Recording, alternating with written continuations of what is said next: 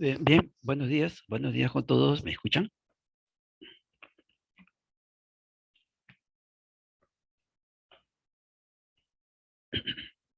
Buenos días, ingeniero. Buenos días, se escucha claro, ¿no?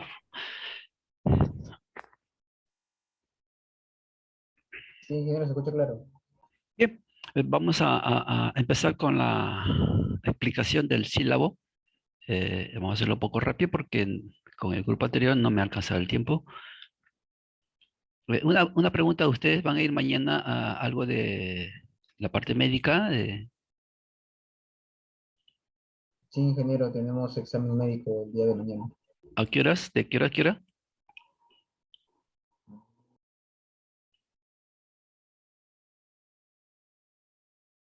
Esto toda la mañana creo, ¿no? Sí, ingeniero, toda la mañana. Bien, miren, bueno, hoy día es la parte de conceptos, algo histórico y morfología del robot, pero interesante era el día de mañana porque es la parte práctica, son 4 horas. Pero si no van a poder estar, pueden revisar el video,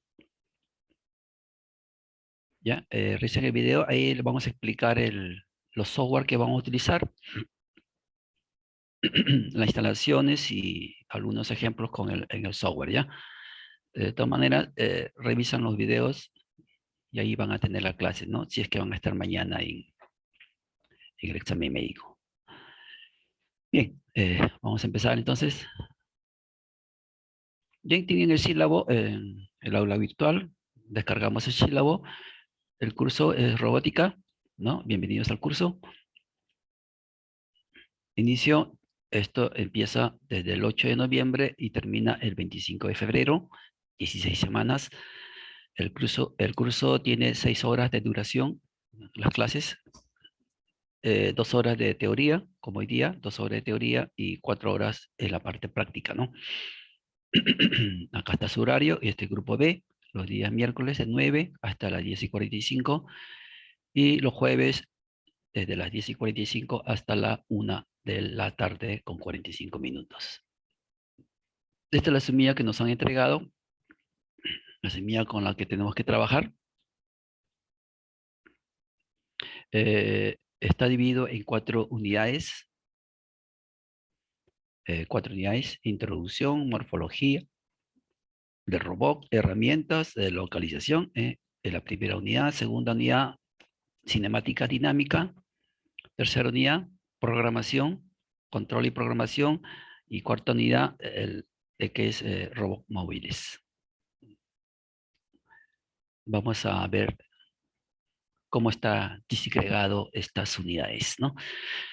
Primera unidad es una introducción, morfología y las herramientas para localización espacial. Bien, vamos a empezar aquí con nosotros con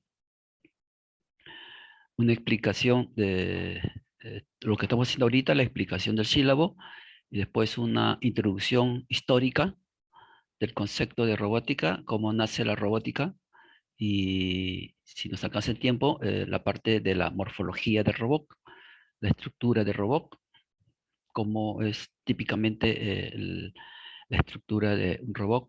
Entonces, eso vamos a verlo hoy día. Y el día de mañana, que es bueno, para realizar la representación de la orientación y la posición y trabajar con matrices, tenemos que utilizar un software, que ese software, yo trabajo con el MATLAB, pero les voy a dar las pautas para que instalen un software libre, que es un clon de MATLAB, ¿ya? Para que no tengamos problemas, ¿no? El que tiene MATLAB, la versión estudiantil, podemos continuar con el MATLAB, o si no, hacerlo con el software libre, ¿ya? Entonces, eso lo vamos a ver el día de mañana. En la segunda semana, la otra semana vamos a ver las herramientas que vamos a utilizar, ¿no? Las herramientas matemáticas. ¿Para qué? Para representar la posición y la orientación matricial en 2 dimensiones y en 3 dimensiones, ¿no? Eso lo vamos a ver la otra semana. trabajar con matrices, ¿no? Entonces, ¿quién más que nada el MATLAB es ideal para trabajar con matrices? Ya, listo, es práctica también.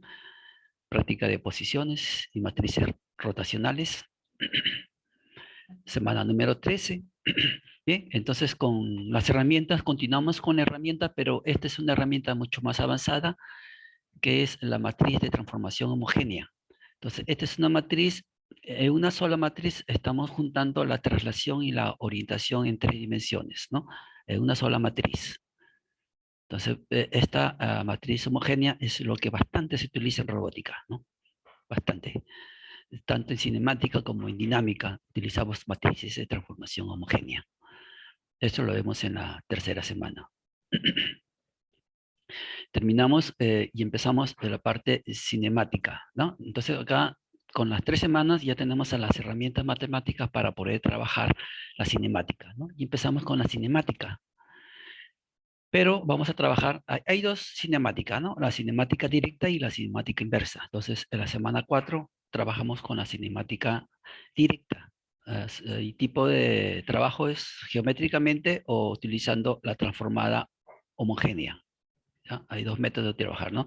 La parte geométrica es sencillo de hacerlo en 2 dimensiones, pero en 3 dimensiones ya es bastante complicado, ¿no? Y ahí entonces en 3 dimensiones empezamos a trabajar con las transformaciones homogéneas. Esa es en la 4ª semana, ¿no? Ya, entonces con transformaciones homogéneas ya podemos trabajar el modelo cinemático utilizando el algoritmo de Navier-Hartenberg. ¿Ya? Entonces podemos obtener el modelo cinemático de un robot, repito, obtener el modelo cinemático utilizando la técnica del algoritmo de Navier-Hartenberg. ¿Ya? Listo. Quinta semana, ya conociendo la cinemática directa, trabajamos con la cinemática inversa, ¿no? ¿Qué es la cinemática directa anterior? Es conociendo las posiciones y las posiciones, orientaciones, perdón, angulares de cada articulación. Y con estos elementos ya conocemos el punto final, la ubicación de la herramienta, ¿no? En cambio, en la cinemática inversa es, si yo quiero obtener la posición y la orientación de la herramienta final, cuáles serían los valores de las articulaciones y de las posiciones de cada eslabón y de cada articulación. Esa es la cinemática inversa, ¿no? Eso lo vemos en la 5ª semana. En la 6ª semana vamos a ver, ya una vez conociendo las posiciones, las orientaciones, vamos a mover esto. Esto se mueve con una velocidad. La articulación se mueve con una velocidad, rota con una velocidad. Entonces, esto se realiza con el modelo diferencial del robot. Y para hacer este modelo utilizamos la matriz jacobiana. ¿No? Repito, matriz jacobiana. Ya, obtenemos el modelo diferencial del robot. Esto es en la 6ª semana. Luego que hemos visto la parte cinemática directa y la cinemática inversa, entramos a trabajar con el modelo dinámico del robot, ¿no? Entonces ya acá trabajamos con fuerzas, aceleraciones. Y para eso utilizamos Lagrange, la formulación de Lagrange. ¿Ya? Esto me va a permitir trabajar con el modelo dinámico de nuestro robot, ¿no? Entonces, esto es bastante complicado porque ya estamos trabajando con fuerzas, aceleraciones, ¿no? Bien, ya vemos la parte dinámica y terminamos la 2ª unidad y pasamos a la evaluación del primer parcial en la 8ª semana. Continuamos con la 3ª unidad. Entonces, aquí ya empezamos a hacer el control y la programación. Entonces, para hacer el control y la programación del robot, tenemos que ver las funciones que vamos a utilizar, funciones de control cinemático. Tenemos que ver las trayectorias que se va a realizar, las trayectorias, y cómo utilizar la interpolación para generar esas trayectorias, ¿no? Interpolación. Entonces, aquí vamos a trabajar con polinomios de grado 2, de grado 3, ¿no? Un poquito más complicado es polinomios de grado 5, que es en la semana número 10. Esto es trabajando con un interpolador quíntico. Y aquí trabajamos con polinomios de grado 5. De grado 5, ¿no? Bien, entonces estos elementos nosotros los necesitamos, estas trayectorias, tenemos que manejarlas para poder hacer el control el control del manipulador.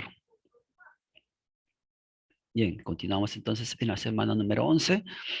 Trabajamos con lenguaje de programación. Entonces vamos a utilizar software. Software que me permitan programar el robot. Realizar las posiciones, ¿no? El modelamiento de ese robot. Continuamos haciendo la programación del robot, pero ya dándole aplicaciones, ¿no? Aquí vamos a trabajar con una aplicación que es la paletización, ¿no? Bien. Vamos a realizar la simulación de una paletización utilizando un brazo robot. Una mesa transportadora, el brazo robótico, y ya tenemos la práctica de paletización. Ya, entonces avanzamos más y empezamos a trabajar con saltos condicionales, los GoTo, con los famosos GoTo, los bucles cíclicos. Ya, esto lo utilizamos en la programación de los robots. Bien, terminamos aquí la unidad número 3 y ya todo el trabajo, miren, todo el trabajo es aquí en la unidad número 3, es bastante extensa. Por eso utilizamos más semanas aquí. Y en la cuarta unidad, ya acá solamente para lo que es robot móviles utilizamos 2 semanas, la semana 14 y la semana 15, ¿no? Antecedentes, características básicas del robot móvil y el control de posición de robot móvil, ¿no? El robot móvil diferencial, ¿no? Bien, y con esto terminamos la cuarta unidad. Y terminamos finalmente con la segunda evaluación parcial, ¿no? Bien, la evaluación son 3 rubros que se está viendo, ¿no? Evaluación de los conocimientos, evaluación de los desempeños y la evaluación actitudinal, ¿no? Conocimientos es simplemente el primer parcial y el segundo parcial. Esa es en la nota promedio, esa es la nota de conocimiento. La nota de desempeño se refiere a lo que es las tareas, laboratorios, las prácticas, ¿no? Todo eso forma la parte de desempeño, ¿no? Si se deja una tarea, si se deja ejercicios, viene a ser parte de desempeño. Si se informe de laboratorio, parte de desempeño, ¿no? O si no, el mismo laboratorio se califica en ese mismo día, esa es nota de desempeño, ¿no? Práctica de desempeño. Listo. Entonces, todas esas son las notas que van a formar el desempeño, ¿no? Todas esas notas las tomo y su promedio es su nota de desempeño. Bien, la tercera evaluación es la actitudinal. Entonces, aquí yo tomo las asistencias que ustedes han tenido y me guío del porcentaje de asistencias que me envía la sala virtual, ¿no? O sea, la sala virtual, para cada clase, nos da un reporte del porcentaje de asistencias, ¿no? Por ejemplo, algunos que han asistido 5 minutos, 10 minutos, después se han retirado por problemas de A o B, o otro alumno ha tenido asistencia del 100% de la clase, 90%, 100%, entonces el que tiene 100% de esa clase tiene lógicamente más nota del que ha asistido un 5%, un 10%, ¿ven? Entonces no solamente me guío de la asistencia que estoy tomando, sino veo los porcentajes de asistencia, ¿no? La cantidad de minutos que han estado presentes, ¿no? Ya, esta es una nota, nota de asistencia. Yo tomo 3 notas aquí en la parte de actividad, la asistencia. La segunda es la ejecución de tareas, ¿no? La habilidad que ha tenido para la ejecución completa de la tarea, ¿no? La rapidez con que lo ha hecho, la puntualidad con que han presentado los informes. Todo eso forma parte de la ejecución de la tarea. Entonces, yo me guío del desempeño, ¿no? De la nota del desempeño me estoy guiando. Más la forma que hemos trabajado, la rapidez, la eficiencia, ¿no? Eso lo estoy considerando ahí, ¿no? Esa sería una segunda nota. Y la tercera nota que son las participaciones, ¿no? 3 notas, ¿no? Asistencia, ejecución de tareas y participación. 3 notas cuyo promedio me da la nota de la actitud, ¿no? La nota actitudinal, ¿no? Entonces ya tienen nota de conocimientos, tienen nota de desempeño y tienen nota actitudinal. Sumamos las 3 notas, sacamos el promedio y ya tienen la nota final, ¿no? Entonces las notas de conocimiento tienen un 50% de peso, los desempeños tiene un 40% de peso y la actitudinal tiene un 10% de peso. Bien, les recomiendo que siempre vean sus notas, permanentemente vean sus notas, si están publicándose en la aurorita, vean sus notas, primera semana, segunda, tercera, cuarta, quinta. No esperen la última semana, la semana 15 para recién revisar sus notas y presentarme reclamos de lo que no han hecho en la segunda semana, por ejemplo. No, eso no se acepta, ¿no? Tienen máximo una semana, una vez pasada la evaluación, tienen una semana para hacer algún reclamo y corregir esas notas. Una vez pasada esa semana, ya no se acepta retroceder, ¿ya? Ya tiene su nota, ¿no? Por eso le digo, revise sus notas, ya es responsabilidad de cada uno. ¿Ya? ¿Listo? No se permite que en la semana 15 me reclamen nota de la semana 3, de la semana 4, de la semana 5. No, no se aceptan. Bien, esas son las reglas de juego, ¿correcto? Esas son las reglas de juego, ¿no? Ya, si hay informes de laboratorio, ya sabemos que informe de laboratorio, los problemas si hay un informe de laboratorio igual, idéntico con otro, su nota es 0 o 0,5, ¿ya? Tanto del original como del que ha copiado. Repito, reglas de juego. Después no reclame, ¿ya? Copia de archivo, nota 0,5 o 0. Listo. ¿Correcto? Bien, libros. Estos libros están en la librería que tiene la universidad. Aquí está el libro, ahí están los vínculos y ahí pueden encontrar esos libros que estamos utilizando. ¿Ya?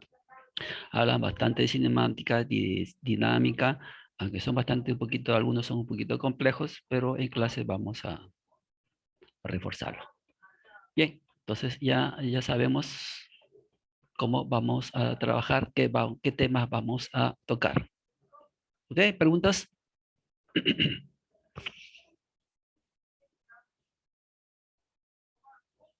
Bien.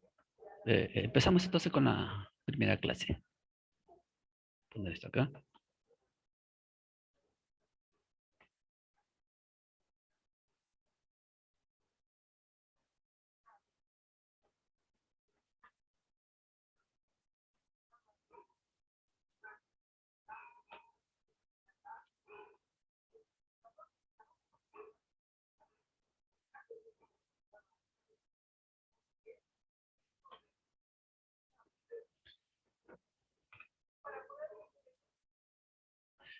Ratito.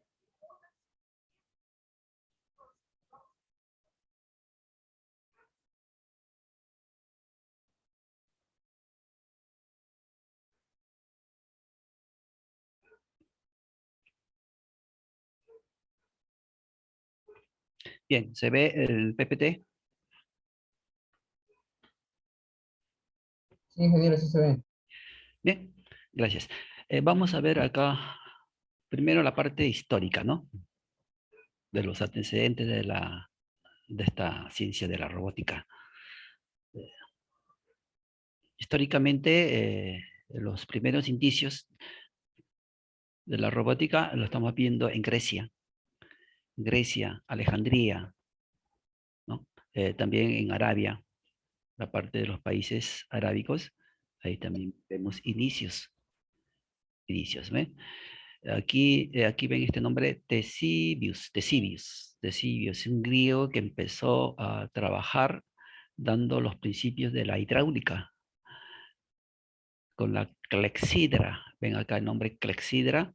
Es simplemente un recipiente lleno de agua donde tiene una abertura en la parte inferior donde va cayendo el agua y a medida que cae el agua adentro a otra vasija con marcaciones que me va indicando el nivel de avance del agua que va cayendo Entonces, eso lo utilizaban los griegos para una especie de, digamos, de reloj, ¿no? No exactamente reloj, sino una especie de cronómetro, ¿no? Una especie de cronómetro cuando ellos necesitaban medir el tiempo, utilizaban eso como una medida del tiempo, ¿no? La caída del agua de esa vasija lo utilizaban como base para medir el tiempo, ¿no? Entonces, eso fue importante, me parece que es sencillo, pero eso fue importante porque de ahí empezaron a crearse los primeros relojes. Esos relojes complicadísimos, unos relojes que tenían miles de piezas formadas por engranajes, ruedas, poleas, tienen la base en este invento, ¿no? Con la clepsidra. Ahí va. Le voy a pasar un video para que vean cómo surge este concepto de la hidráulica. Viene después, empezaron a hacer elementos robóticos, a utilizarlo para simular un teatro automático, un teatro utilizando la neumática, la hidráulica. Entonces, figuras que se movían en un estrado, se movían, y esto fue en Alejandría, ¿no? Listo. Bueno, acá vemos también en mismo Grecia mecanismos para calcular la posición de los astros en la parte de la astronomía. Ya utilizaban engranajes. De ahí seguimos avanzando. Empezaron a surgir autómatas. Acá, por ejemplo, en Al-Jazari creó un autómata para lavarse las manos. Tiraba la cola de un pavo y ahí empezaba a salir agua de una vasija para poder lavarse, ¿no? Y aquí en 1352, la cúspide de este tipo de autómatas se dio en un reloj astronómico en la época medieval. Entonces, le voy a pasar un video para que vean la importancia de estos componentes, ¿no? Bien. Bien. Miren, aquí está Ctesibius. Acá esta es la historia de Ctesibius. Escúchenlo. Voy a apagar esto. ¿Me confirman si hay sonido? Ctesibius is a figure who is often forgotten in history, yet his work paved the way for a technical revolution. Ingeniero, ¿sí se escucha? Of time. Ya, listo.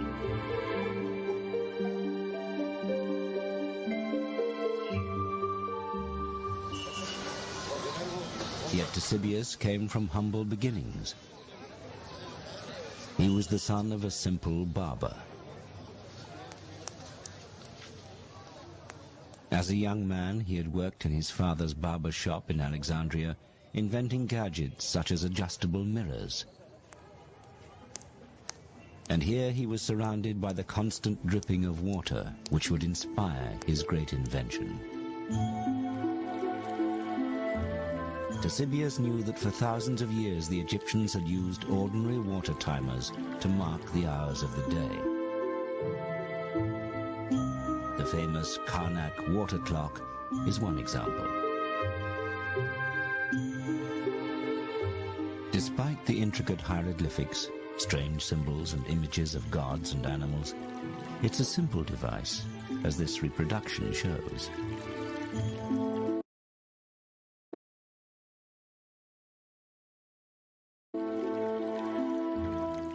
It was filled to the top with water, and as it drained out through a spout at the bottom, the time could be read as the level dropped.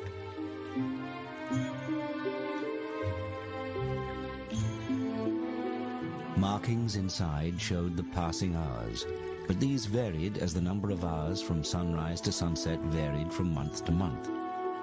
The clock allowed the ancient Egyptians to measure the passing of time during the day or night, but this was still only a timer, not a constant clock. In sophisticated ancient Greek society, the ability to tell the time accurately had become extremely important. Their society needed order and schedules, which meant they had to be able to tell the time accurately. Sundials could be used at certain times and can be seen on important surviving municipal buildings such as the Tower of the Winds in Athens.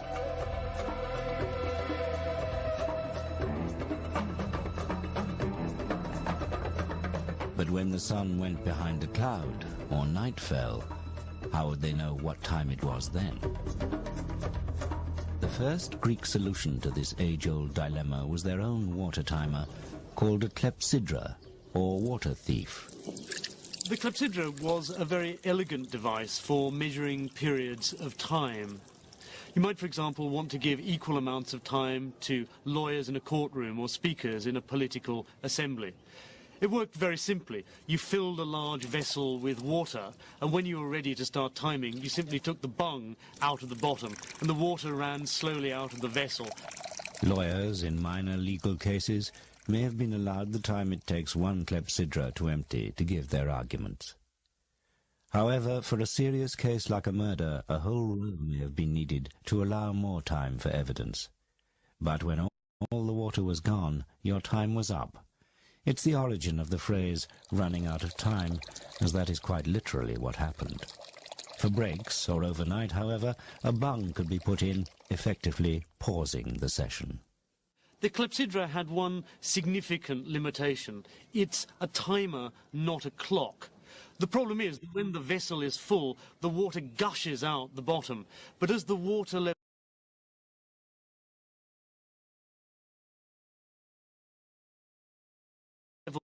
drops, so the pressure reduces, finally to a dribble.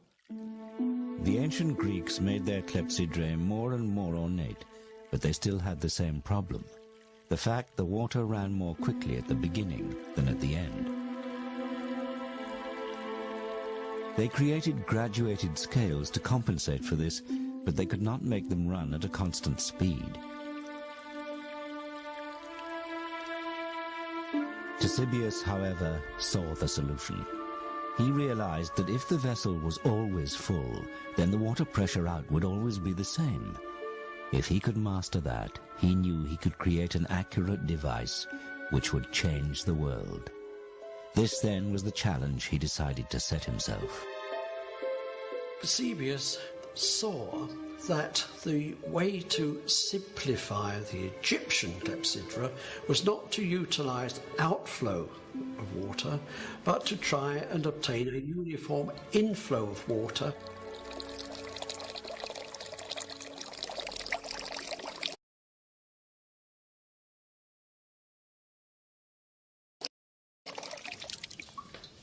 Dr. Alan Mills, a research fellow from the University of Leicester, has used classical references to Ctesibius's work to build a replica of one of his earliest water clocks.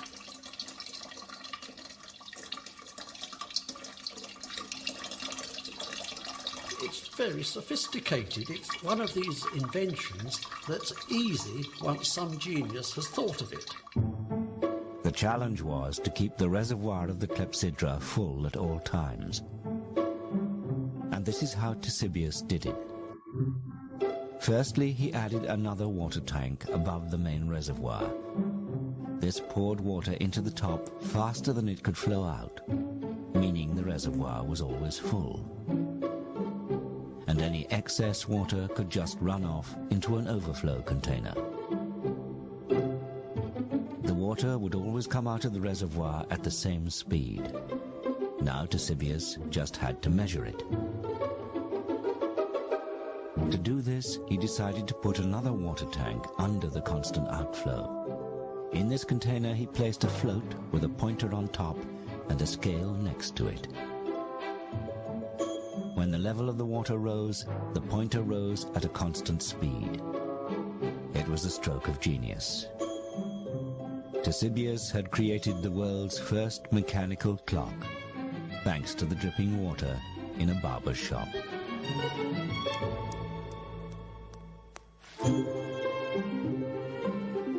He had harnessed the power of water and, in the process, he had become the master of time. But measuring hours and minutes was only the start. What else could this unique water clock do? The answer to that was kept here in the great library of Alexandria. Anyone in the ancient world wanting to understand time could come here and read Ctesibius's books, which described the wonderful machines he was now building and the whole new subject he had invented, hydraulics. Before long, his clocks were not just dripping taps, but ornate machines decorated with gilded figures of gods and animals. And their workings were yet more elaborate too. He devised a complex scale for the hours, shown here in white for the day and blue for the night. One cherub holds a vase from which drips the constant supply of water, whilst another travels up the scale holding the pointer that indicates the hour of the day or night.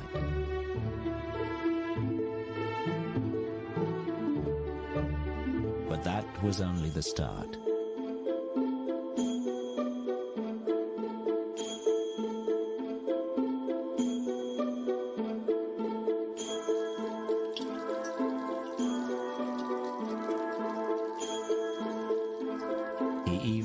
Water to sound a whistle and make a model owl move.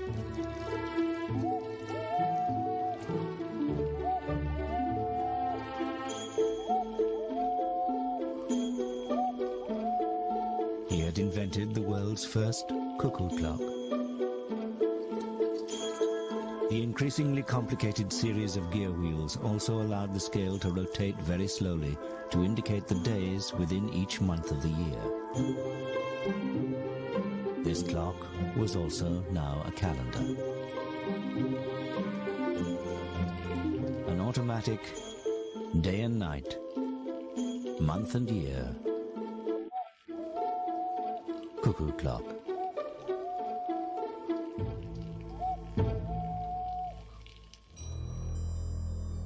Archimedes was clearly fascinated by Ctesibius's creations. He studied his clocks and used his own genius for invention to continue the work. In an Arabic translation of Archimedes' work dating back over 1,000 years, we can see a tantalizing glimpse of his additions to a Ctesibius water clock.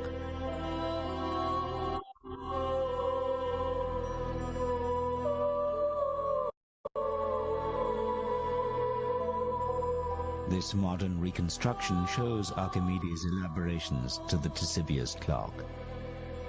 He added a bird who dropped small stones onto a bell, making the clock chime on the hour.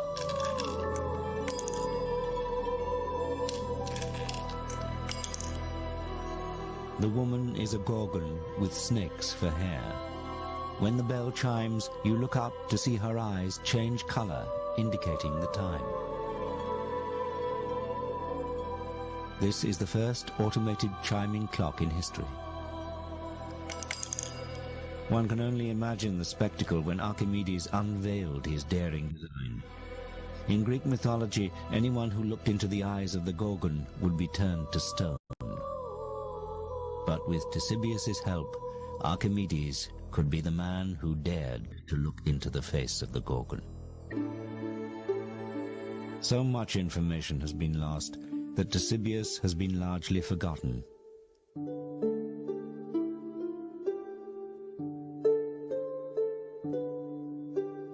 However, there is one legacy of his work, one clue, which is still standing. This unassuming tower, tucked away in a corner of Athens, is one of the best preserved buildings from antiquity. Its survival, almost untouched, is a miracle, and one due to the fact that for centuries it was believed to be the tomb of the philosophers Socrates and Plato. But this isn't a tomb. Carved on its 8 faces are clues to its real use.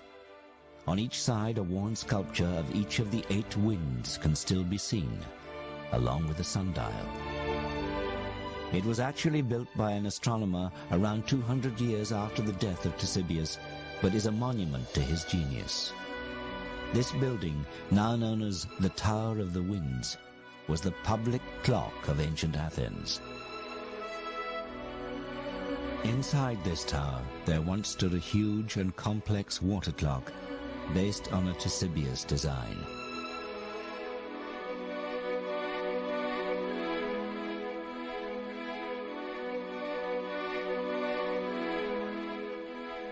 This clock was fed by a constant stream of water which ran from a spring on the Acropolis, from which the whole population of Athens could tell the time.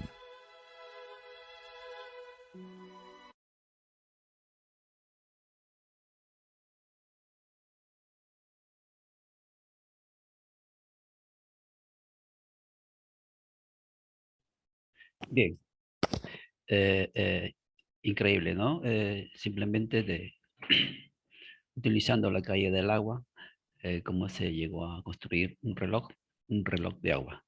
Eso trajo bastantes consecuencias, porque en el futuro se crearon relojes increíbles, que no solamente eran relojes, sino eran calendarios. Vamos a ver acá vamos a ver si tengo acá otro video. Este acá es un reloj en Francia que tiene miles de piezas, miles. em, Todo era mecánico. Vamos a ver cómo trabaja este reloj. Un ratito. Ahí va.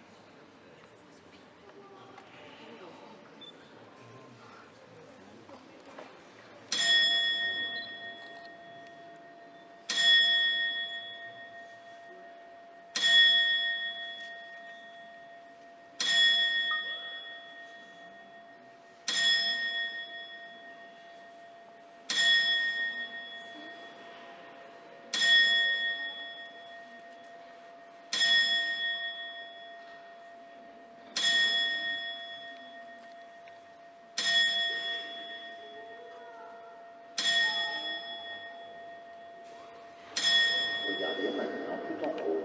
Les apôtres baptisés du Seigneur qui les Charity nach oben.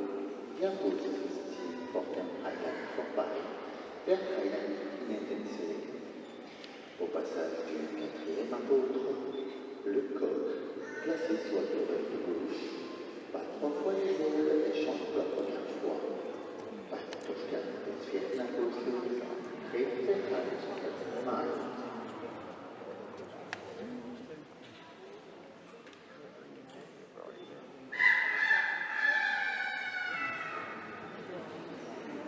Au passage du 8e apôtre, le coq chante pour la 2e fois.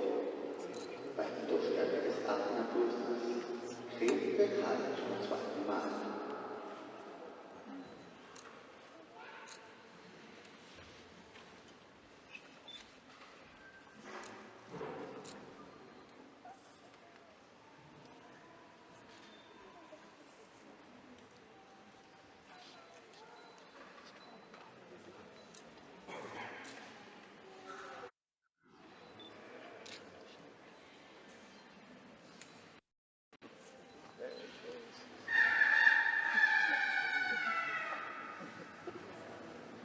Et au passage du 12e apôtre, le coq chante pour la 3e et dernière fois. Und am Durchgang des 4. Apostels kräht der Heiland zum 3. und letzten Mal.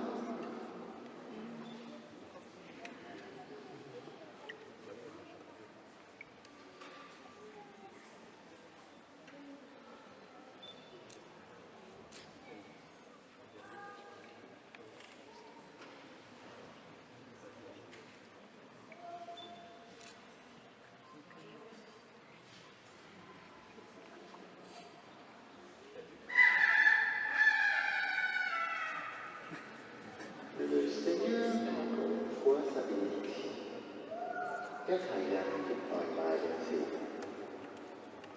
Ainsi, l'horloge continue de fonctionner. Elle sonne tous les quarts d'heure.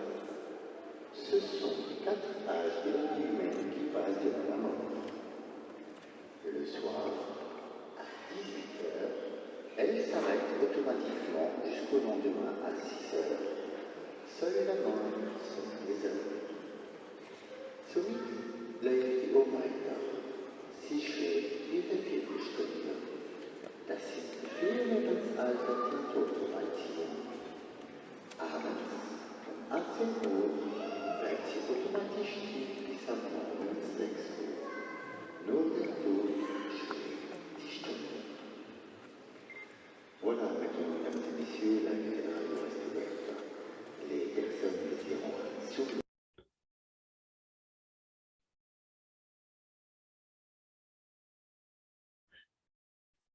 Bien. Entonces ya hemos visto un reloj astronómico. Este reloj tiene, como ya les mencioné, miles de piezas, engranajes, poleas, levas, utilizaba levas. Y eso fue reemplazándose con el tiempo ya hacerlo todo totalmente eléctrico, ¿no? Hasta lo que tenemos hoy día, que un simple celular nos maneja las horas, cronómetros, nos da el tiempo, y, en fin, podemos tener un montón de cosas, ¿no? Bien.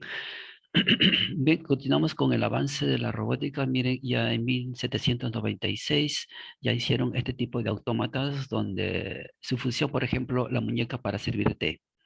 Una muñeca de madera de 35 centímetros de alto. Su función era poner en un recipiente un té sobre, una taza de té sobre ella, ¿no? Ya, acá vemos, ya empezamos con los robots ya industriales. Miren, aquí ya cambió la, digamos, ya no eran robots antropomórficos, o sea, no, ya no tenían forma de un brazo robot, sino era funcional. Ya empezaron a trabajar ya con la parte eléctrica, a reemplazar los resortes, los muelles, las levas, ya empezaron a reemplazarlo, ¿no? Y empezaron ya a programarlo. Bien, entonces continuamos. ¿Cómo nació el término robot? Porque hasta ese tiempo no sabían que lo que estaban haciendo eran los principios de robot.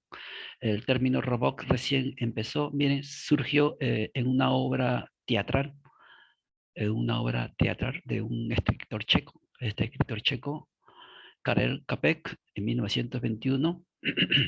Ahí utilizó el nombre de robot, ¿no? Acá está, miren, Isaac Asimov, perdón. Era una obra de ciencia ficción. Empezaron a utilizar el término robot, incluso aquí dieron los principios de la robótica, las leyes, ¿no? Primero, que el robot no puede perjudicar a un ser humano. Segundo, el robot debe obedecer las órdenes dadas por un ser humano. Y tercero, que el robot debe proteger su propia integridad. Mientras dicha protección no entre en conflicto con la ley número 1 y la ley número 2, ¿no? Ya teníamos los principios de las leyes de la robótica. Bien, perdón. El desarrollo continuó y se originó la primera patente, miren, la primera patente en Inglaterra. Lo solicitó este inventor, Kenworth.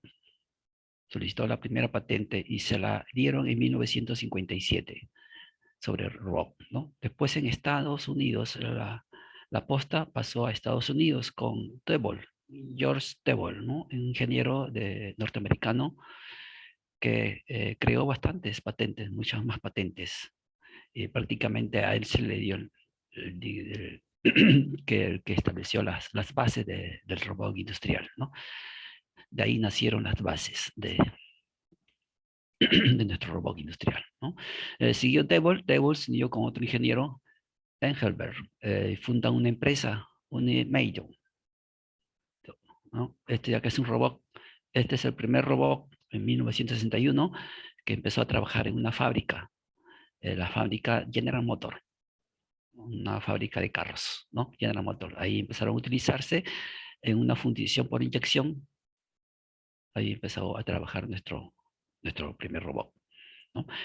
Siguió creciendo la robótica y en 1972 la posta pasó a Japón, después de la Segunda Guerra Mundial, ¿no? Japón empezó a crecer y también desarrollar la robótica e incluso superó a Estados Unidos a través de la empresa Nissan. Nissan, que se formó la primera asociación robótica industrial, Gira, una asociación en Japón sobre robot. Y después se formó otra asociación en Estados Unidos, la RIA, la RIA, ¿no? Un instituto de robótica en América que después cambió su nombre con las mismas siglas, pero se llamó Asociación de Industrias Robóticas, ¿no? En Estados Unidos.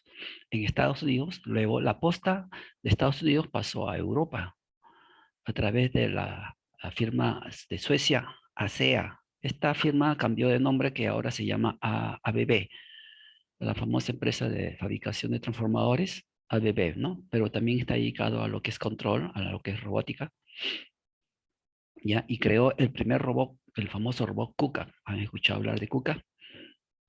Ahí en Europa se creó el robot KUKA, ¿no? La empresa alemana en Europa. Entonces fue la pionera en los robots industriales, ¿no? Continuamos entonces con un video sobre ese robot, este robot de acá, este robot Unimate. ¿Dónde estamos? Este fue en... aquí, ¿no? En Estados Unidos. Listo. Entonces apago el video, voy a encender. A ver, ¿cómo trabaja el robot Unimate?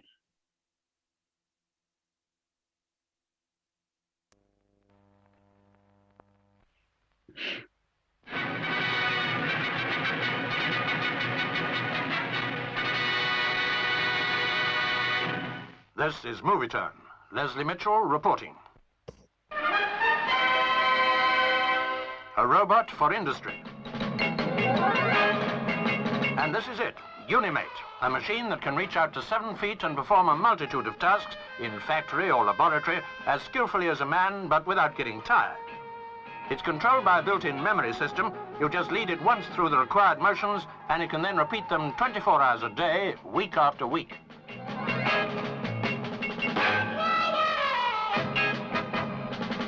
It can position objects to within 50 thousandths of an inch.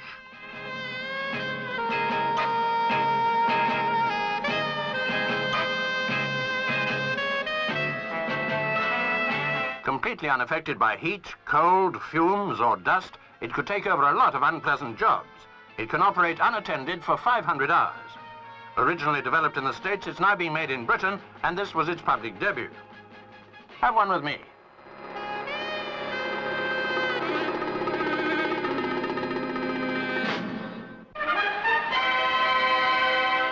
The largest helicopter in the world.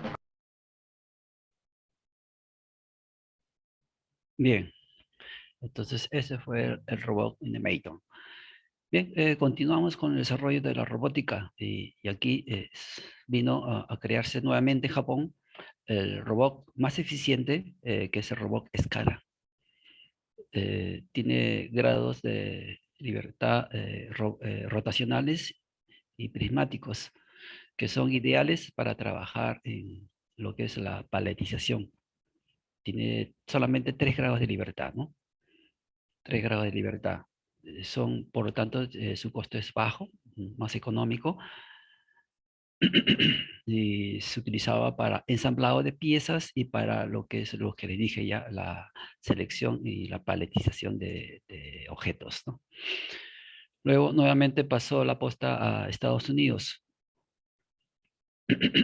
El diseño de robot empezaron a utilizar el accionamiento directo. O sea, cada articulación, el motor iba ya en cada articulación.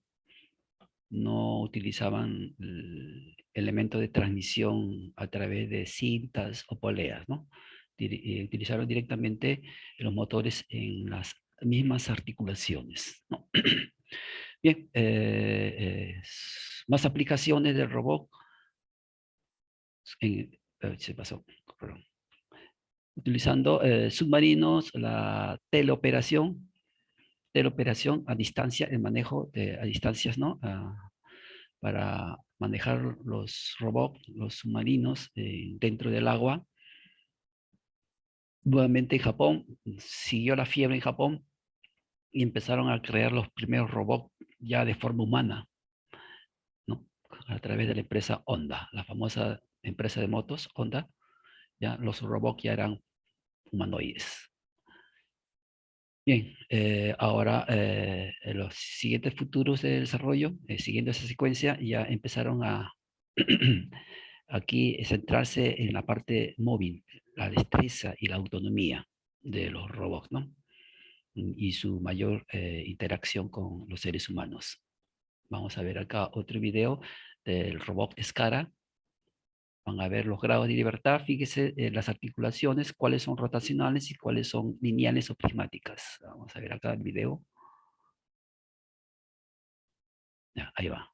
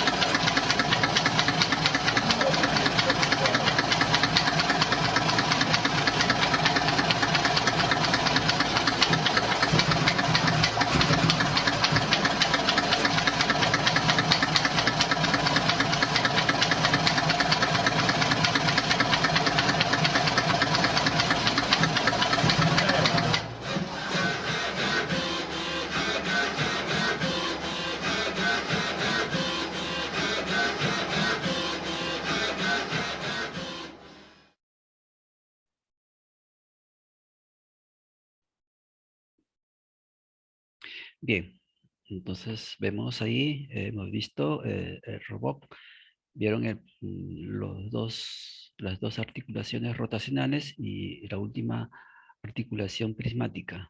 Y son rapidísimos, ¿no? Bien rapidísimos, ¿no? Y bastante económicos, ¿no? Bien, entonces vemos ahora una definición de la robótica industrial, ¿no? Prácticamente llaman un robot manipulador industrial.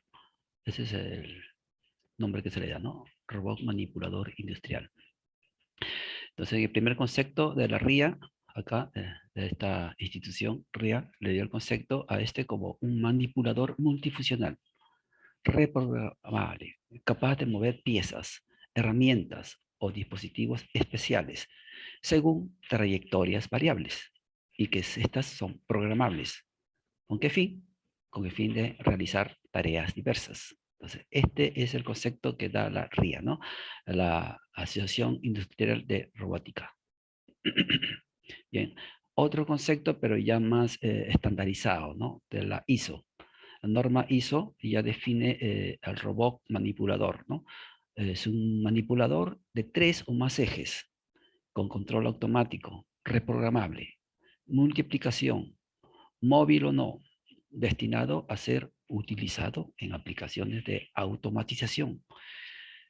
Incluye al manipulador, que es un sistema mecánico con accionadores, y al sistema de control, ¿no? El manipulador y el sistema de control, que está formado el control por software y hardware de control de potencia, ¿no? Bien, entonces miren, esta definición de la ISO es más técnica, mucho más técnica, ¿no? Entonces, esta es la última definición que ya está una definición estandarizada con normas ISO.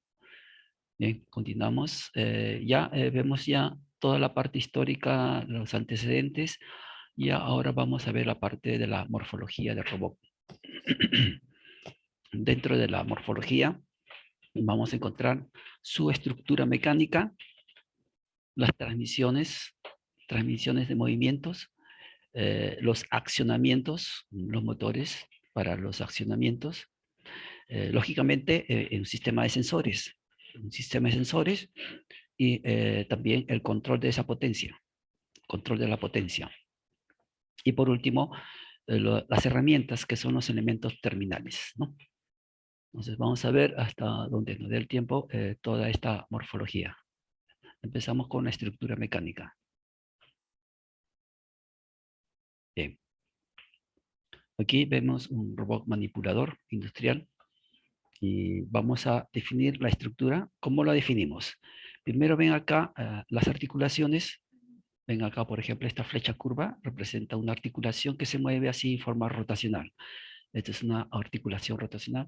Aquí ven otra articulación que mueve el brazo en el sentido de giro, ¿ya? Diferente. Ya, acá ven otra articulación rotacional, miren el sentido de giro también. ¿Ya? Van 3, acá ven una cuarta articulación también rotacional. Acá ven un 5, una quinta articulación rotacional. Y aquí está la herramienta, acá está el movimiento de la herramienta, también es rotacional. Entonces vemos 1, 2, 3, 4, 5, 6. 6 articulaciones, las 6 son rotacionales. Entonces prácticamente este es un robot antropomórfico. Entre la unión de una articulación, por ejemplo, esta con esta articulación, lo unimos a través de un elemento que lo llamamos eslabón. Entonces vemos una combinación de eslabón y articulación. Siempre entre dos eslabones hay una articulación. Los movimientos de cada articulación esta es la secuencia, ¿no? Este tiene un sistema de coordenadas. Esta articulación tiene su propio sistema de coordenadas. Los movimientos de esta articulación se miden respecto a esta articulación anterior, que también tiene su sistema de coordenadas. Entonces es un movimiento relativo de esta articulación respecto a esta. Esta tiene otro movimiento relativo respecto al anterior, que es esta, ¿no? Y esta tiene un movimiento relativo respecto al principal. Entonces, esta articulación sería la raíz. Acá tenemos un sistema de coordenadas universal o raíz. Entonces, todos los movimientos relativos del último eslabón está relacionado con el sistema de coordenadas de raíz, ¿no? El principal, el mundo le dicen, ¿no? El sistema mundo. Entonces, podemos hacer movimientos, posiciones, orientaciones relativas con las articulaciones anteriores y también movimientos, posición y rotación absolutas, pero respecto a la coordenada raíz, ¿no? Coordenada raíz. Bien, entonces vemos ahí conceptos, eslabones, articulaciones y movimiento relativo entre eslabones consecutivos. Bien, entonces vamos a ver acá ya las definiciones. Siempre vamos a encontrar un eslabón, una articulación. Eslabón, articulación. Entonces, este eslabón es la parte, acá lo dice, una parte estructural, el elemento rígido, una estructura rígida, ¿no? Entonces, conectan articulaciones. Los eslabones son elementos rígidos que conectan articulaciones. Entonces, estas articulaciones son los que permiten el movimiento relativo, ¿no? Si no hay una articulación, no va a haber movimiento. Entonces, son las responsables de originar los movimientos. Los movimientos lógicamente relativos del eslabón anterior. Entre dos eslabones consecutivos, siempre van a encontrar ustedes una articulación, ¿no? Bien, como movimientos de las articulaciones. Ya hemos dicho, cada articulación tiene dos movimientos principales. Desplazamiento, le llamamos a este desplazamiento una articulación prismática. Se le llama una articulación prismática que tiene un desplazamiento, un movimiento lineal. Y una articulación rotatoria que origina un movimiento giratorio, ¿no? Entonces, repito, una articulación prismática y una articulación rotacional, ¿no? Y podemos encontrar una combinación de ambos términos, que sea una articulación que tiene movimiento tanto de desplazamiento como de rotación. Bien, ahora, si entre dos eslabones hay una articulación, entonces esta articulación se mueve con respecto a un eslabón y hay un contacto entre el eslabón y la articulación. Ese contacto puede ser un contacto por superficie, por punto o por una línea. ¿Ya? Repito, el contacto de la articulación con el eslabón puede ser a través de superficies, ¿no? Por ejemplo, una superficie esférica del eslabón y la superficie esférica de una articulación rotatoria.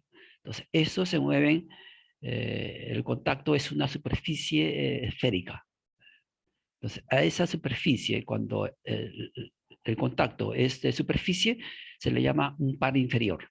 Eslabón, articulación, forman un par inferior. Entonces, repito, el par inferior es cuando el contacto se realiza a través de superficies, entre el eslabón y entre la articulación, ¿no? Pero si el contacto es de un punto nada más, o si es el contacto de una línea, es un par superior. ¿Correcto? Entonces vemos ahí pares inferiores y pares superiores, ¿no? Depende del contacto entre la articulación y el eslabón. Bien. Vemos que como hay movimiento, también vamos a definir grado de libertad, ¿no? Que son los movimientos independientes que realiza cada articulación, ¿no? O sea, cómo se mueve respecto al anterior. O sea, esto se denomina grado de libertad. Generalmente a un brazo manipulador industrial, una articulación es un grado de libertad. ¿Ya? Entonces vamos a ver eso porque, ¿no? Una articulación, un grado de libertad.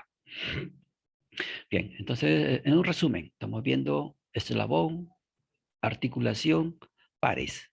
¿Ya? El conjunto de todos los eslabones con sus articulaciones forman lo que se llama una cadena cinemática, ¿no?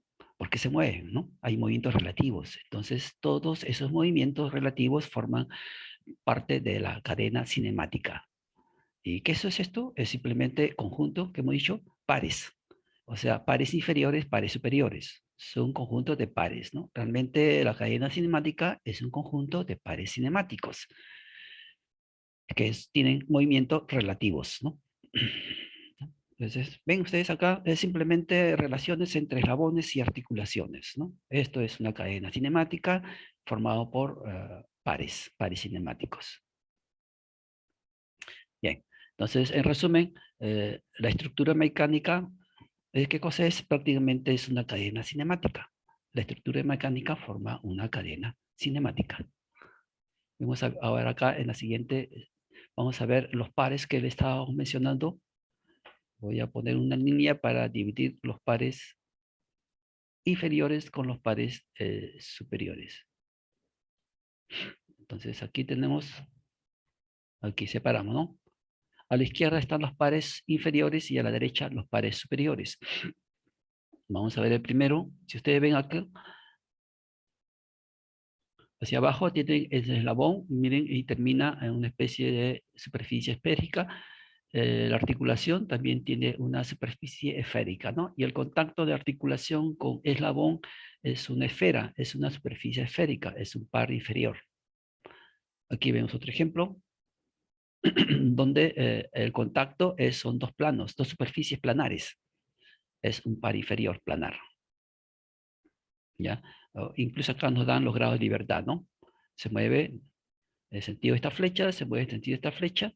Entonces, a este conjunto, a esta combinación de movimientos se le da un par inferior de 2 grados de libertad, ¿no? Acá en la esfera la anterior tiene 3 grados de libertad. Ahí están ustedes los sentidos de rotación que se originan, ¿no? Por eso se le llama 3 grados de libertad, ¿no? Continuamos acá. Listo. Este es un movimiento lineal, ¿ve? Acá ven un prisma, se mueve hacia arriba, hacia abajo, ¿no? Y acá ven el elemento fijo, que también tiene un contacto aquí planar, superficial, entre el eslabón y la articulación, ¿no? Es un contacto superficial. Este también es un par inferior. Aquí ven un contacto, acá ven, este es un cilindro, es una barra, un eje cilíndrico que rota, y el contacto con la articulación también es una superficie cilíndrica, es el contacto, ¿no? Entonces, es una rotación. Miren, solamente tiene rotación. Por lo tanto, acá se le dice que tiene un grado de libertad. ¿No? Se supone que no se mueva arriba abajo, ¿no? Se supone que debe haber una restricción que impida que se mueva arriba abajo, ¿no? Entonces, considerando eso, solamente tiene un grado de libertad, ¿no? Si se mueve hacia arriba, hacia abajo, tendría 2 grados de libertad, junto con el de la rotación. Bien, acá eso es lo que estaba mencionando, ¿no? Lo que le dije, ¿no? Entonces, en este caso, ya no solamente se mueve movimiento rotacional, sino también hacia arriba y hacia abajo, ¿no? Entonces, este tiene 2 grados de libertad. Y, por último, este de acá, que es un movimiento de tornillo, hacia arriba, hacia abajo, tiene un solo grado de libertad. Contacto puntual en un par superior, ¿ve? Una esfera, un plano. El contacto es un punto. Punto de la esfera con el plano. Es un contacto puntual, es un par superior. Y acá ven un contacto lineal de un eje cilíndrico con un plano, una superficie planar. Entonces, el contacto, los puntos de contacto forman una línea. Este es un contacto lineal, ¿no? Por lo tanto, es un par superior. ¿Correcto? ¿Está claro hasta aquí, no? Sí, ¿no? ¿Correcto? ¿Sí? Sí, estos son conceptos de mecánica, ¿no? Elementos de mecánica. Bien, si hay una pregunta, ¿si estamos bien? ¿Se va entendiendo? Continuamos, a ver, una realimentación por ahí para saber si estoy avanzando bien.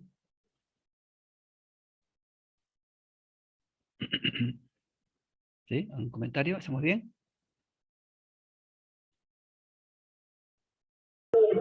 Disculpe, ingeniero, cada parte que se muestra tiene una función única, ¿verdad? No te escucho bien, se escucha entrecortado. ¿Estás en el celular? Dime. Repite. Cada parte que usted muestra tiene una función única, ¿verdad? Ah, sí, sí, claro, claro. Ahí me está indicando los grados de libertad. Claro, o sea, me está indicando primero los contactos, cómo es el contacto.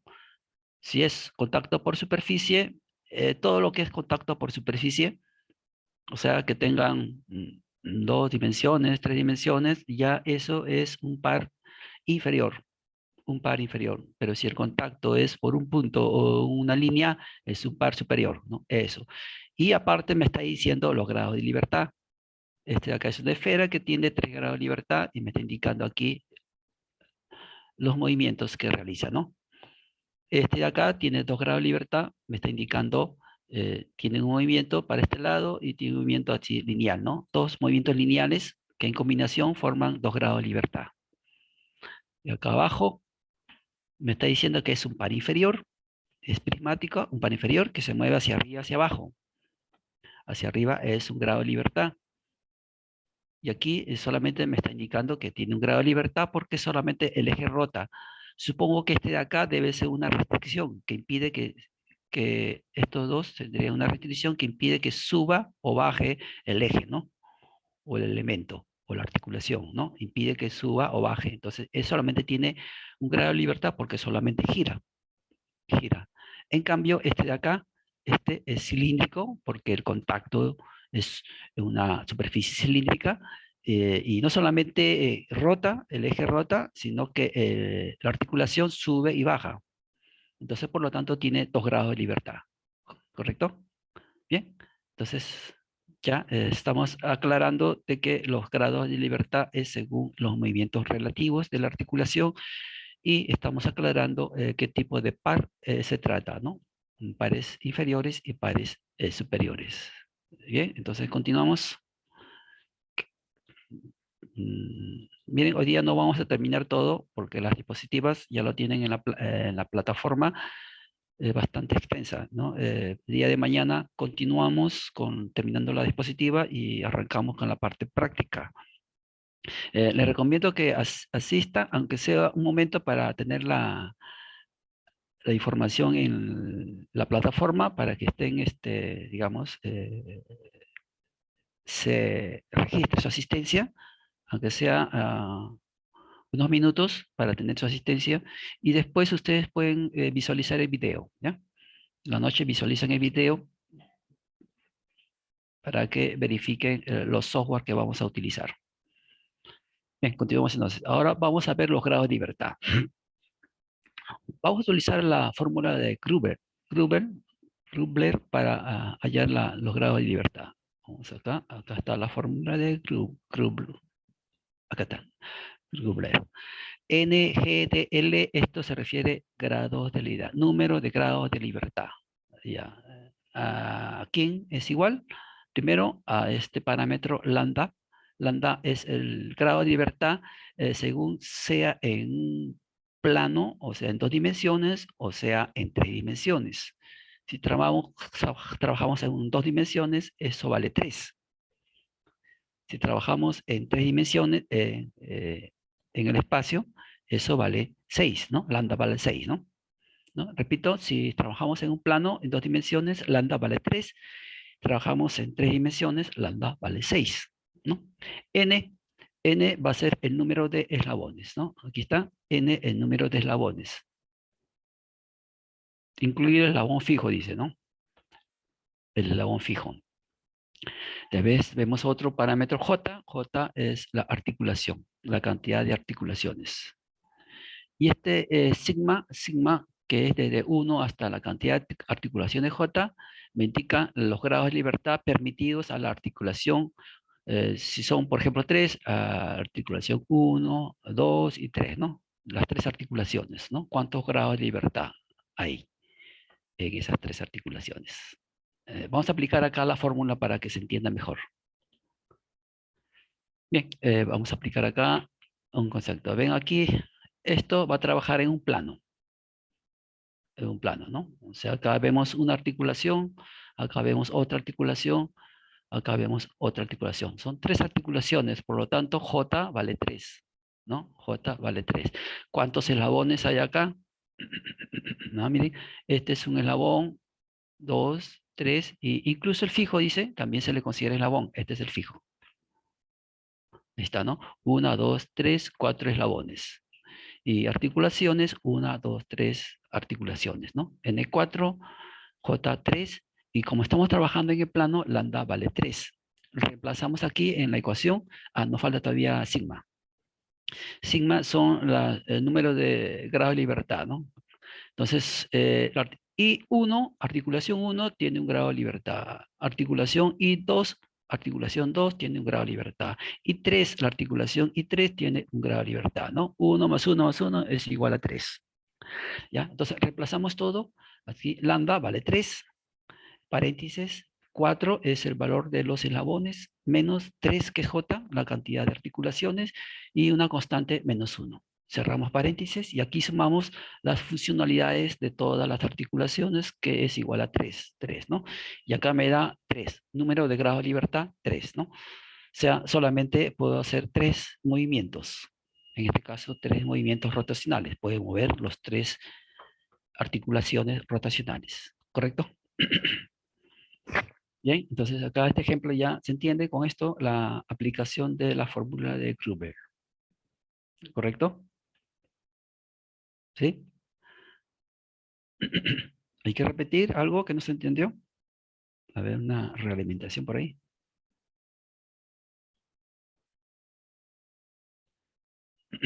¿Sí? ¿Se entiende? Aunque sea por el chat.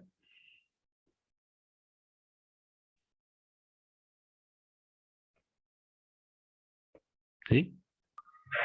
Ingeniero, ese número 1 que es la base también se cuenta como eslabón, ¿verdad? Sí, ese es el eslabón fijo. ¿Ya? Ese es el eslabón fijo, ¿no? Si lo vemos atrás, acá dice, atrás vamos a ver acá. El número de eslabones, N, incluido el eslabón fijo. ¿Ya? Por eso lo estamos tomando acá como un eslabón fijo. 1, 2, 3, 4 eslabones, ¿correcto? Ahí tenemos. ¿Sí? ¿Ya? Ingeniero, una pregunta. Dime, López. Sobre los grados de libertades, ¿cuáles son? NGDL, ese es el número de grados de libertad. Ya me está dando los 3 grados de libertad. O sea, quiere decir que yo puedo hacer 3 movimientos independientes. O sea, se puede mover esta articulación independiente de esta articulación y esta también se mueve independiente de las dos articulaciones, ¿no? O puedo mover los tres en forma simultánea. A eso se refiere, ¿no? Y los valores de la sumatoria de FI que está arriba en la fórmula. Sí, ahí está. Sí, acá está. Esos Eso son los grados de libertad. se refiere acá. Acá dice, ¿no?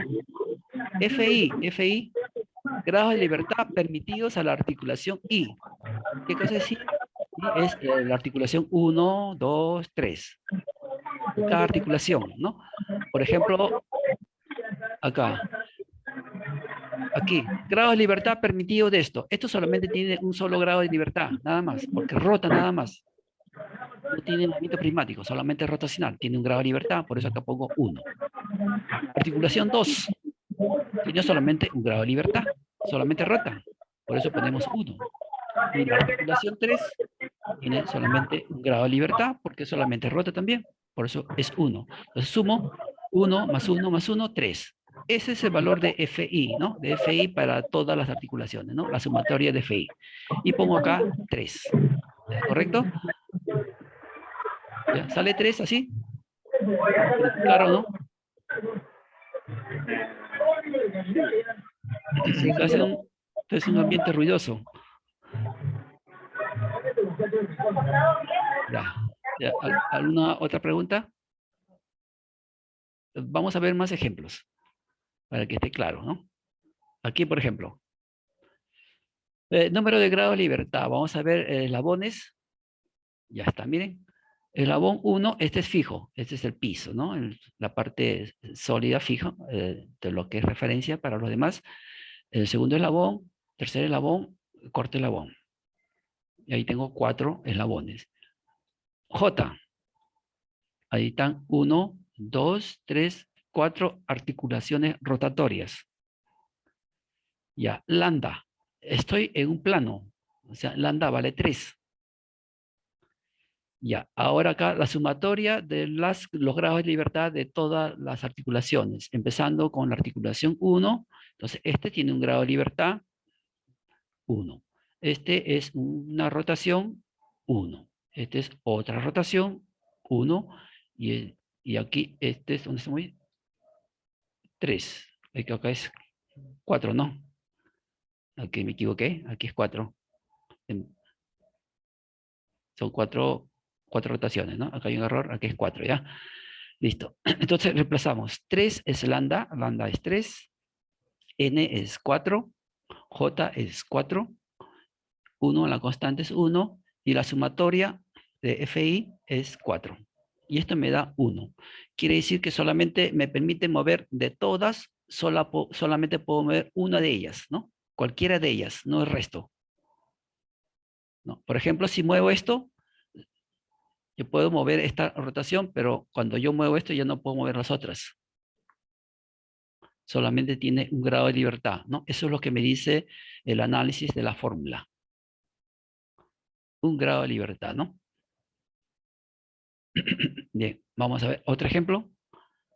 Vamos a ver aquí. Ya, este ejemplo tiene un error ya. Vamos a corregirlo ahí más tarde porque... Ya, vamos a ver primero lo lambda. Como yo estoy en un plano, lambda vale 3. N, números de eslabones. Ya. Entonces, ¿cuántos eslabones tiene? Acá hay 1, 2, 3, 4, 5. Y este es el elemento fijo para esta rotación, 6. 6 números de eslabones, ¿ya? Miren, acá hay un error. Yo le he puesto 4. Esto no sé dónde, cómo me ha pasado esto, pero acá hay un error, ¿no? Pónganlo ustedes 6. N es igual a 6. Ya, rotaciones. O articulaciones. Una articulación, 2, 3, 4 y 5 y 6, ¿no? Pongan acá, en vez de 4, póngale 6. ¿Ya? Entonces esto está equivocado, ¿ya? FI, sumatoria de FI. Acá sería del eslabón, miren, 1, 2, 3, 4, son 6 articulaciones. Por cada articulación tiene un grado de libertad. Entonces póngale 1 más 1 más 1 más 1 son 6. ¿Ya? Acá sería 6. ¿Correcto? Ingeniero, disculpe, ¿no Falta uno, sería falta uno. 7? Sí, perdón, hay 7, acá falta uno, ¿no? Ya, entonces, sí, entonces J vale 7. Ya, corrijan ahí. Lo que he puesto ahí parece que ha jalado de otro, lo he copiado y no le he corregido, ¿ya? Entonces voy a poner acá en texto. Entonces, texto aquí. Esto vale N, ¿cuánto le dije? Se valdría 7, ingeniero. N. 6. 6, ¿no? N6, ¿no? Miren, 6. acá es el fijo 1, 2, 3, 4, 5, y este de acá fijo para esta articulación 6, ¿no? N vale 6. J, a ver, J, ante J. J, ¿ve? Acá mira, una articulación 1, 2, 3, 4, 5, 6, y aquí se me pasó 1, es 7, ¿no? 7. Ya, J vale 7. Sumando aquí todos los grados de libertad de cada articulación, como son 7, entonces acá debe ser 7, ¿no es así? 7 articulaciones. Ya, a ver, ¿cuánto sale grados de libertad?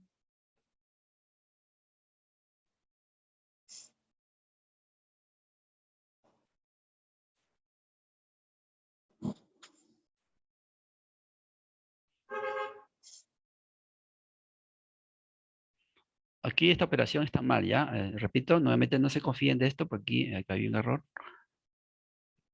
Ingeniero, ¿y el lambda cómo le salió 3? Lambda porque estamos trabajando en el plano. Cuando se trabaja en el espacio en 3 dimensiones, lambda vale 6. Pero como estamos trabajando en el plano, lambda vale 3. Ingeniero, también sale 1. Ya, listo. Entonces el resultado es un grado de libertad. ¿Ya? Un grado de libertad. Solamente se puede mover una articulación. Una articulación, ¿no? Está restringido para las otras. ¿Ya? ¿Correcto? Bien, entonces como nosotros trabajamos con brazos robóticos, entonces no vamos a tener este tipo de estructuras, ¿no? Entonces las estructuras son más simples, ¿no? Entonces el brazo robótico prácticamente los grados de libertad está dado por la cantidad de articulaciones. Articulaciones. Es una cadena cinemática abierta. Y los grados de libertad es la cantidad de articulaciones. ¿Correcto?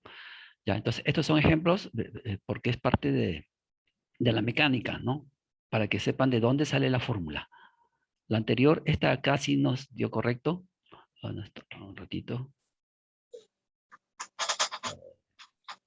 ¿Cuál fue la anterior? Ya está, ¿ven? Aquí ven. Si ven ustedes, esta es la cadena que nosotros trabajamos, ¿no? Con la que trabajamos. Tiene 3 articulaciones. Verificamos que el grado de libertad es 3. Listo. Bien, ahora vamos a continuar las restricciones. ¿A qué se refiere las restricciones? Por ejemplo, si yo tengo, acá tengo un eje y acá tengo, miren, esta es una articulación. Acá, este eje se puede mover así en forma lineal o se puede rotar, ¿no? Pero si yo en este caso acá le pongo un anillo atornillado al eje, acá otro anillo atornillado al eje, entonces ya la restricción es lineal. Ya me quitó un grado de libertad. Solamente tengo un grado de libertad que es el de rotación. No hay movimiento de traslación, no hay articulación prismática, ¿no? Solamente hay un grado de libertad, ¿no? O sea que yo reduje a 1 el número de grados de libertad. Acá, por ejemplo, miren, ese es el mismo, pero yo le he agregado 1, 2, 3 anillos que están fijados al eje. O sea, esto cumple la misma función del anterior. O sea, acá hay una restricción redundante. Se está abusando de restricciones. ¿Me entienden? Ya, no se puede abusar del número de restricciones, ya que una restricción más podría causar daño o trabajar, forzando el mecanismo, ¿no? Este tipo de restricciones se le llama restricción redundante, ¿no? No tiene sentido, ¿no? Podemos quitar una de ellas y va a seguir trabajando solamente con un movimiento rotacional, ¿no? A eso se refiere restricciones de grado de libertad, ¿no? ¿Cómo restringimos grado de libertad? Ya, seguimos. Acá que me dice, la configuración del robot, o sea, ¿cuál es la configuración del robot? Depende de la combinación de articulaciones. Repito, la configuración de un robot depende de la combinación de sus articulaciones, del tipo de articulaciones. Por ejemplo, voy a marcar la primera figura. Ya está. Miren, voy a marcar, este de aquí es, ¿qué tipo de articulación es esta que estoy marcando con este cuadrito rojo?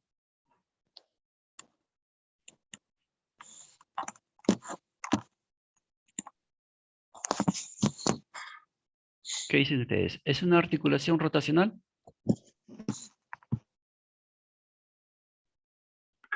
No, ingeniero. ¿Sí? ¿Qué tipo de articulación sería esa? Lineal. Lineal, ¿no? Le hemos dicho que se llama articulación prismática, ¿no? Es una articulación prismática. Esta de acá, ¿qué tipo de articulación es? Que sube y baja. Cilíndrica. No es cilíndrica. No podríamos llamarle cilíndrica, ¿no? Hemos dicho que hay solamente dos tipos de articulaciones, o bien rotacional o bien prismática.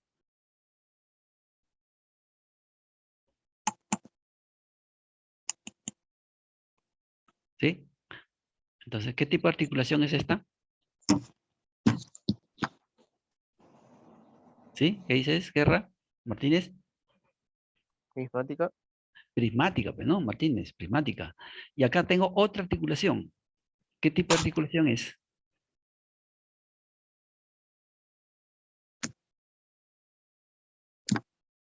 Prismática. Prismática también, ¿no? Las tres son articulaciones prismáticas, ¿no? Tres articulaciones. Entonces, la configuración es de un robot cartesiano. ¿Por qué? Porque las tres articulaciones me mueven en el eje X, Y y en el eje Z. Entonces, es una configuración cartesiana, ¿no? Por ejemplo, si esto llamo eje X, se mueve en el eje X. La otra, esta articulación se mueve en el eje Y. Y la otra, esta articulación se mueve en el eje Z. Entonces, esta es una configuración cartesiana, es un robot cartesiano. ¿Me entienden? Entonces, la configuración me lo da las articulaciones, ¿no? La combinación de las articulaciones. ¿Correcto? Bien, ahora tenemos otro.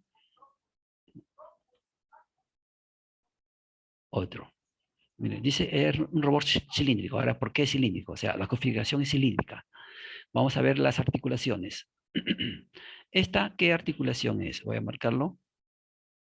¿Esta qué articulación es? Rotacional. Rotacional, muy bien, Quispe, muy bien, ya, rotacional, una articulación rotacional. Este de acá, ven acá otra articulación. Es prismática. Prismática, perfecto. ¿Y esta qué articulación es? Prismática.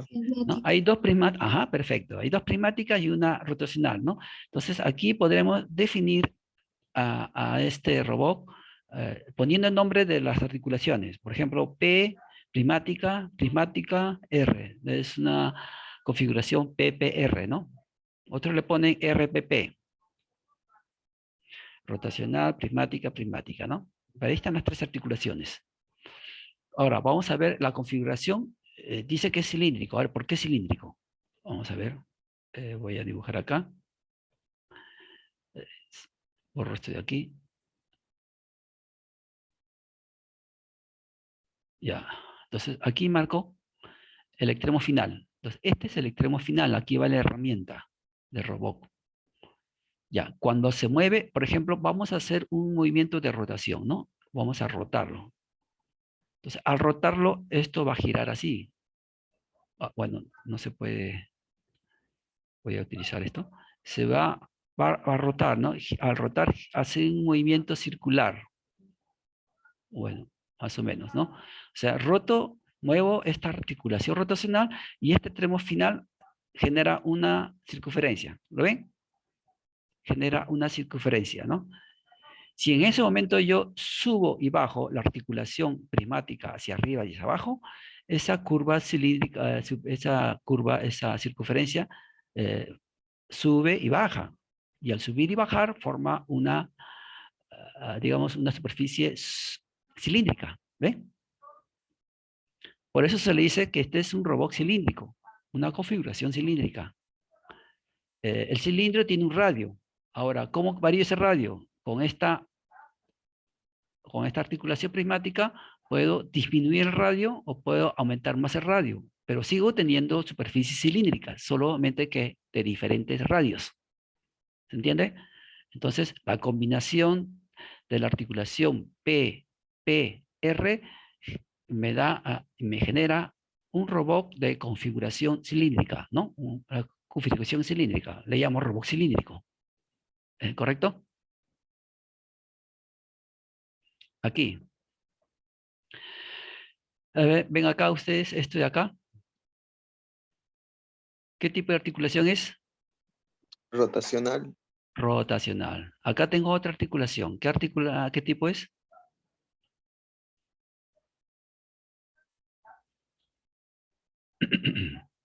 ¿Sí? Rotacional. Rotacional. Perfecto, López. Y aquí, la última. ¿Qué tipo de articulación es esta? Prismática. Prismática. Entonces acá tengo un robot. Vamos a llamarle R de rotación. Tengo otra rotación. Y finalmente un P. Es un prismático. Entonces es un robot RRP. Y es esférico. La configuración es de un robot esférico o polar. ¿Por qué le digo esférico? Es simple, miren. Tenemos aquí, voy a borrar esto. Aquí, este es el extremo final. Listo. Cuando trabaja esta articulación, cuando esta articulación trabaja, esto origina un movimiento circular. Cuando trabaje esta articulación, este movimiento circular gira en torno a este eje, ¿no? Gira, gira, gira. Y ya ven ustedes, eso forma una esfera. Forma una esfera. Entonces, la configuración es de una esfera. Es un robot esférico. Esa esfera, yo puedo variar el radio de la esfera trabajando con esta articulación prismática. Yo puedo hacer que la esfera tenga menor radio o tenga mayor radio, ¿no? Pero siempre va a generar una superficie de trabajo esférica. ¿Es correcto? Entonces, son otras combinaciones de articulaciones que me generan ese tipo de robot. Listo. Y acá está nuestro robot Escara que hemos visto en el video. Nuestro robot Escara. Vamos a ver acá. Ingeniero, sí, buenos Dime. días. Buenos días. Ingeniero, ya terminó ya su clase, disculpe, porque el otro ingeniero acá no se espera. En la sala Disculpe, ya, listo, ya, gracias. Continuamos entonces, ya, continuamos. Me pasé. Ok, ingeniero. Gracias. Ingeniero, ¿no va a tomar lista? Tengo la lista en la plataforma, ¿ya? De ahí lo voy a sacar. Listo, gracias, hasta luego. Perdón, ya.